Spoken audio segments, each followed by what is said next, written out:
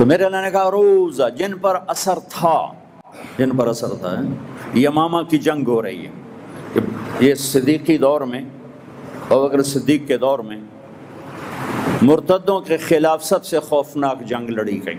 مسیلمہ کذاب 1,00,000 کا لشکر اور صحابہ 12,000 اور قائد خالد بن ولید، اور جھنڈا زید بن خطاب کے ہاتھ میں مکے والوں کا، ثابت بن قیس بن شماس کے ہاتھ میں مدینے والوں کا۔ پہلے حملے میں ہی قریش مہاجرین کے قدم اکھڑ گئے اور زید بن خطاب شہید ہو گئے۔ جھنڈا اٹھایا سالم مولا حذیفہ رضی اللہ تعالیٰ عنہ، وہ بھی زخمی ہو کر گر گئے اور جھنڈا گر گیا۔ پھر جھنڈا اٹھایا حبیب رضی اللہ تعالیٰ عنہ، وہ بھی شہید ہو گئے۔ پھر مہاجرین اکھڑ گئے، میدان چھوڑ گئے۔ انصار ڈٹے ہوئے تھے، جمے ہوئے تھے۔ تو خالد بن ولید رضی اللہ تعالیٰ عنہ نے پکارا، برا بن مالک آج میدان ہاتھ سے جا رہا ہے، وہ انصاری تھے، تو انہیں انصار کو اکٹھا کیا اور 5 آدمی، برا بن مالک، کعب بن عجرہ، ثابت بن قیس بن شماس، ابو دجانہ، عباد بن بشر، ان 5 آدمیوں نے 3,000 انصار کو لے کر 1,00,000 کے سامنے سیسا پلائی دیوار بنے اور آہستہ آہستہ آہستہ آہستہ ان کو دھکیلتے قلعے کے اندر دھکا دے دیا۔ ان میں ابو دجانہ شہید ہو گئے، عباد بن بشر شہید ہو گئے، ثابت بن قیس شہید ہو گئے، کعب بن عجرہ کا ہاتھ کٹ گیا، اور برا بن مالک نے جا کے دروازہ کھولا، اور خالد بن ولید کو اتنے زخم لگے کہ 1 مہینہ بستر پر پڑے رہے، اتنے زخم لگے۔ یہ اتنی خوفناک جنگ تھی۔ جب تھوڑا سا پریشر کفار کا ریلیز ہوا اور ان کے قدم اکھڑنے لگے تو زخمیوں کے پیچھے صحابہ دوڑے، کوئی مر رہا ہے تو بچا لیں، کوئی پانی چاہتا ہے تو پانی پلا دیں، تو زخمیوں کے پیچھے بھاگ رہے ہیں۔ تو ایک صحابی سالم مولا حذیفہ کے پاس پہنچے، وہ جن کے ہاتھ میں جھنڈا تھا مہاجرین کے، تو ان کو ہلایا تو وہ ابھی زندہ تھے۔ انہوں نے آنکھ کھولی، کیا ہوا؟ کہ اللہ نے آنکھیں ٹھنڈی کی، فتح قریب ہے۔ ان کا کب پانی پیو گے؟ پانی پیو گے؟ کہنے لگے میرا روزہ ہے، میرا روزہ، یہ پانی میری ڈھال میں ڈال دے، یہ ڈھال میں پانی ڈال دے، اگر میں افطاری تک زندہ رہا تو میں پی کے افطار کر لوں گا، اور اگر میں اس سے پہلے چلا گیا تو میں اللہ کے نبی کے دسترخوان پہ جا کے افطار کروں۔ فتح ہوئی تو دوڑ کے پیچھے آئے صحابہ دیکھنے، تو پیسے ہی چلے گئے تھے، افطار کے بغیر ہی چلے گئے تھے، اور یقیناً اللہ نے اپنے محبوب کے دسترخوان پہ انہیں افطار کروایا ہوگا۔ جنہیں پتا تھا کہنے والا کون ہے، انہوں نے یوں روزہ رکھا۔ سانو پتا کوئی نہیں کون آکھی جاندہ، جی بھوک بڑی لگ دی ہے، پیاس بڑی ہو جی رکھیا نہیں جاندہ، ایک ہو جی رکھیا نہیں جاندہ، نماز کیوں نہیں پڑھتے ہو جی پڑھی نہیں جانتا، جھوٹ کیوں بولتے ہو جی کام نہیں چلتا۔ ہر بات کے لیے چھوٹے چھوٹے بہانے لے کے کھڑے ہوئے ہیں۔ جنہیں پتا تھا کہنے والا کون ہے، یوں میدان جنگ میں پیاسے تڑپتے ہوئے اللہ کے پاس پہنچے۔ روزہ افطار کرنے کی نہیں ہوئی مہلت اور اللہ نے بلا لیا۔ اور میرے نبی کی اولاد کا کیا بتاؤں، میرے نبی کے جگر کے ٹکڑے، آنکھوں کی ٹھنڈک، جنت کے پھول، حسین بن علی 12 گھنٹے کا روزہ نہیں تھا، 72 گھنٹے پورے قافلے نے نہ کھایا نہ پیا، بھوکے پیاسے اللہ کی بارگاہ میں پہنچے اور سر کٹ کے نیزوں پہ چڑھ گئے۔ چھوٹے معصوم بچوں کی پیاس سے زبانیں باہر نکلی ہوئی تھیں اور ان کے سر کٹ کے نیزے پر چڑھ ہوئے گواہی دے رہے تھے کہ اللہ کو یوں راضی کیا جاتا ہے۔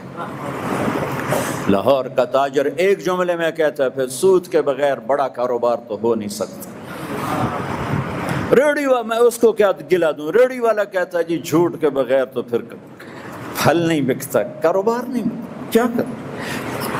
یہ گھر کی عورتیں بغیر وجہ جھوٹ بولے جا رہی ہیں، بغیر وجہ جھوٹ بولے جا رہی ہیں، کوئی نفع نقصان کے چکر نہیں، بس ایک عادت ہے اور میرے نبی کا فرمان سچ نجات دیتا ہے، جھوٹ ہلاک کرتا ہے۔ تو میرے بھائیوں بہنوں، ایک امر آ رہا ہے۔ میرے نبی نے رمضان کو کیسے پیش کیا؟ نہ نماز کو، نہ روزے کو، نہ حج کو، نہ زکوٰۃ کو، نہ تبلیغ کو، نہ جہاد کو، نہ ذکر کو، نہ علم کو، نہ تہجد کو، نہ تلاوت کو، نہ سخاوت کو، کسی عمل کو ایسے پیش نہیں کیا جیسے اس کو پیش کیا۔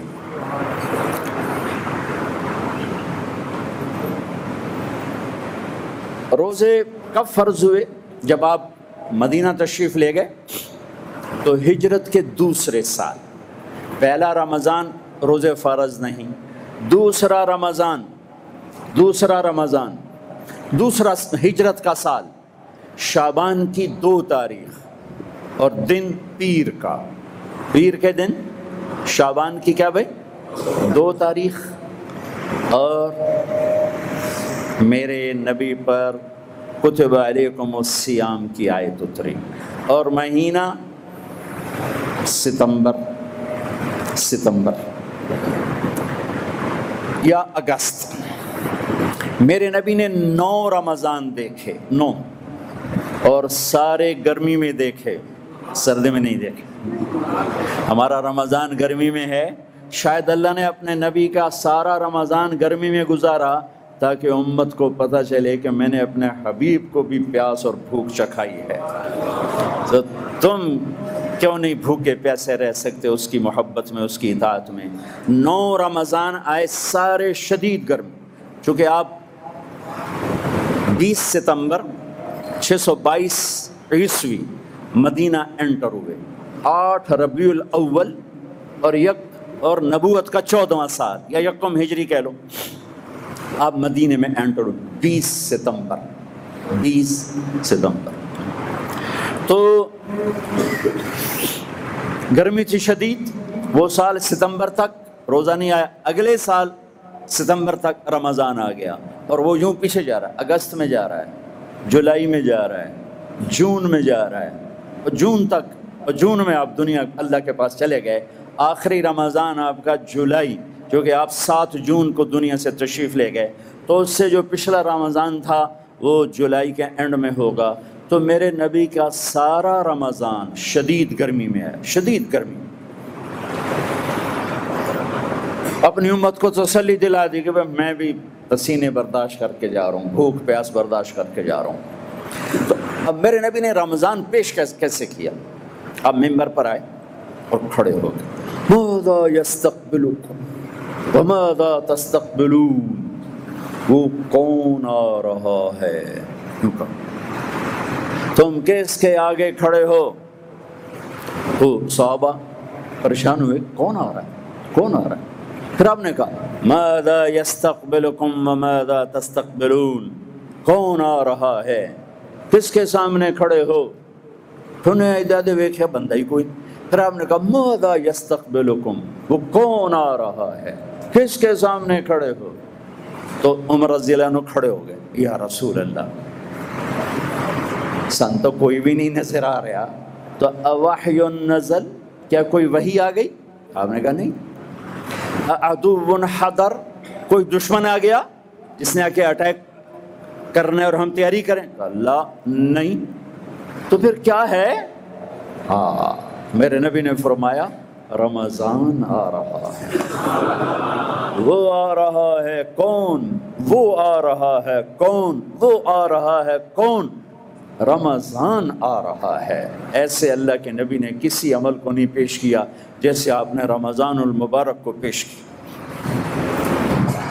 ساری آسمانی کتابیں رمضان میں اتاری گئیں، روزے کے ساتھ جوڑ ہے کوئی، تورات بھی، زبور بھی، اور انجیل بھی، ابراہیم علیہ السلام کے چھوٹے صحیفے بھی، اور میرے نبی پاک صلی اللہ تعالی علیہ وسلم پر جو کتاب 21 رمضان کو اقرأ بسم ربک الذی خلق اور انا انزلناہ فی لیلۃ القدر، پورے قرآن کو لیلۃ القدر میں لوح محفوظ سے لکھوا کر پہلے آسمان پہ اتارا گیا، اور پھر 23 برس میں اس کو اپنے حبیب پر اتارا گیا، اور پہلی وحی بھی رمضان میں آئی، 21 رمضان یا 24 رمضان، دونوں روایت، پیر متعین، پیر کی رات اور جبریل نے آ کر آپ کو نبوت کی خوشخبری سنائی، تو اللہ نے رمضان کو پسند فرمایا، اس کے لیے منتخب فرمایا آسمانی کتابوں کے لیے، اپنے محبوب کو نبوت کی خوشخبری سنانے کے لیے رمضان کو پسند فرمایا۔ اور پہلا دھماکہ کہ اللہ ایمان والوں کے ساتھ ہے، پہلے تو پس رہے ہیں، پٹ رہے ہیں، پس رہے ہیں، پٹ رہے ہیں، قتل ہو رہے ہیں، گھر سے بے گھر ہو رہے ہیں، پھر اللہ نے بدر کا معرکہ قائم فرما کے دکھایا کہ میں ایمان والوں کے ساتھ ہوں۔ وہ رمضان میں 17 رمضان 12 رمضان کو آپ نکلے اور 17 کو معرکہ ہوا، اور جمعہ کا دن ہے، اور اللہ تعالیٰ نے حق کو واضح کیا، سارے کافروں کے سامنے کھل کے بات آ گئی کہ ان کے ساتھ اللہ ہے، اور پھر اللہ تعالیٰ نے اس کو مکمل بھی کیا رمضان میں۔ فتح مکہ رمضان میں ہوا، آپ رمضان کے مہینے میں مکہ میں داخل ہوئے، جہاں سے آپ کو نکلنا پڑا بڑی مشکلوں سے، بڑی تکلیف کے ساتھ۔ اسی مکہ میں اللہ آج آپ کو فاتحانہ داخل فرما رہے ہیں، اور اس کے پیچھے کیا ہے؟ اس کے پیچھے رمضان کا مہینہ، رمضان کے مہینے میں آپ داخل ہو رہے ہیں۔ بھائیو، یہ اللہ کی رحمتوں کو لینے کا عمل ہے۔ اس کی ایک آؤٹ پٹ ہے، وہ کیا ہے؟ لعلکم تتقون، کہ تمہیں تقوی ملے گا، تقوی۔ اب میں ایک جگہ سے اور قرآن آپ کے سامنے پیش کرتا ہوں۔ یا بنی آدم قد انزلنا علیکم لباسا یواری سواتکم وریشا ولباس التقوی ذلک خیر۔ قرآن نے لباس کے 2 کام بتائے ہیں، ایک جسم چھپانا، ستر چھپانا، عیب چھپانا، اور خوبصورت بنانا، زینت۔ لباس ایک ایسی ضرورت ہے جو تھوڑا سا شعور پیدا ہوتے ہی بچہ اور بچی بھی ننگے پن کو محسوس کرنا شروع کر دیتا ہے، کہتا ہے مجھے نکر پہناؤ، مجھے شرٹ پہناؤ، میں ننگا کیسے باہر جاؤں، میں ننگا کیسے باہر جاؤں۔ ہم جو ایک دوسرے کے سامنے بیٹھے ہیں، اس میں بہت بڑا سبب ہمارے کپڑے ہیں۔ ننگا پن نہ انسانیت ہے نہ شرافت ہے۔ جتنے کپڑے مختصر ہوں گے اتنی انسانیت ننگی ہوگی، اتنی تہذیب ننگی ہوگی، اتنا حیا رخصت ہوگا، اتنا شرم مر کے کسی قبر میں جا گرے گا، اور بے حیائی کا راج ہوگا، اور بے غیرتی تہذیب بنے گی، اور زنا ثقافت بن جائے گا، اور ناچ و گانا اور گھنگرو کی چھنکار اور جام کی چھلک، یہ سب اس معاشرے کا حصہ بن جائیں گے جہاں لباس مختصر ہوتا چلا جائے گا عورت کا۔ تو میرے اللہ نے 2 کام بتائے ہیں، تمہارا جسم چھپاتا ہے، عیب چھپاتا ہے، تمہیں خوبصورت بناتا ہے۔ ساری خوبصورتی لباس میں، ننگے پن میں کوئی خوبصورتی نہیں، ننگے پن میں کوئی حسن نہیں، سارا حسن لباس میں ہے۔ یہ ایک ایسی چیز ہے جس کو ایک معصوم بچے سے لے کر 90 سال کا بوڑھا سمجھتا ہے، کافر بھی مسلم۔ ٹھیک ہے، آگے ایک بات ہے جس کو مسلمان بھی نہیں سمجھ رہا، اللہ وہاں سے نکال کے ہمیں ادھر لے جا رہا ہے۔ آگے کیا کہہ رہا ہے؟ وَلِبَاسُ التَّقْوَى ذَلِكَ خَيْرٌ۔ میرے بندو، تم 2 چیزوں سے بنے ہو نا، ایک جسم ہے، ایک روح ہے۔ ایک جسم ہے، ایک روح۔ جسم کا لباس میں نے بتا دیا، تو تمہاری روح کو بھی تو لباس چاہیے، اور روح تو اصل ہے۔ اگر روح نکل جائے پھر کوئی طارق جمیل نہیں کہے گا، پھر میت کہیں گے، ڈیڈ باڈی کہیں گے، جنازہ کہیں گے۔ کوئی نہیں کہے گا طارق جمیل صاحب کو اٹھایا جائے، کہیں گے میت اٹھاؤ۔ کوئی نہیں کہتا امی جان کو اٹھاؤ، کہتے ہیں میت اٹھاؤ۔ کوئی نہیں کہتا ابا جان کو اٹھاؤ، کہتے ہیں میت اٹھاؤ۔ کوئی نہیں کہتا جنرل صاحب کو اٹھاؤ، کہتے ہیں میت اٹھاؤ۔ نہیں ہے، روز نہیں ہمارے ہاتھوں میں یہ واقعہ ہوتا۔ تو میرا اللہ ایک بات وہ لایا جو ہم سمجھتے ہیں کہ لباس بھائی بڑا ضروری ہے، بڑا ضروری ہے۔ اب اگلا ہم سمجھتے نہیں کہ روح بھی ننگی بھی ہوتی ہے اور لباس بھی پہنتی ہے، اور روح کا بھی ایک لباس ہے، اور روح کا لباس اس کے ستر بھی چھپاتا ہے اور اس کو خوبصورت بھی بناتا ہے۔ ننگا آدمی معاشرے میں نہیں کھڑا ہو سکتا، ننگی روح اللہ کے سامنے کھڑی نہیں ہو سکتی۔ وہ کھجا کام، وہ کھجا کام۔ پاگل آدمی ننگا پھر رہا ہوتا ہے، ایک شکل ہے کہ وہ پاگل ہے، کپڑے اتار کے بھاگا پھر رہا ہوتا ہے، لیکن میرے رب کی قسم ننگی روح مرد ہو یا عورت اللہ کے سامنے کھڑی نہیں ہو سکتی، وہ آگ کا ایندھن بن جائے گی، اسے حسرت و ناکامیوں کے سوا کچھ نہ ملے گا۔ ننگے بدن تو ہوں گے ہی ہوں گے، جب روح بھی ننگی ہوگی تو پھر اس کا نتیجہ کیا نکلے گا؟ نیکیوں کا وزن کم ہو جائے گا، گناہوں کا بڑھ جائے گا، تو اللہ کا اعلان ہوگا یہ فلاں فلاں کا بیٹا، فلاں فلاں کی بیٹی، اس کی نیکیاں گھٹ گئیں، یہ ہار گیا، اسے پکڑو پکڑو۔ ننگی روح، ننگی روح پکڑو، اب مجھے دیکھو، میری طرف دیکھو۔ نافرمان مرد ہوگا تو فرشتہ یہاں ہاتھ ڈالے گا، یہاں۔ یہ ہماری پولیس ہتھ کڑیاں یہاں ڈالتی ہے کلائی میں، لیکن جہنم کی پولیس جب اسے پکڑے گی تو ہاتھ سے نہیں، یہاں سے یہاں، اور یوں کریں گے، اس کا سارا جبڑا نکل کے وہ چلا جائے گا، اور ایسے کلا بازیاں کھاتا ہوا، ٹائر کی طرح گھومتا ہوا وہ جا گرے گا، پھر اٹھ کر کہے گا رحم کرو رحم کرو۔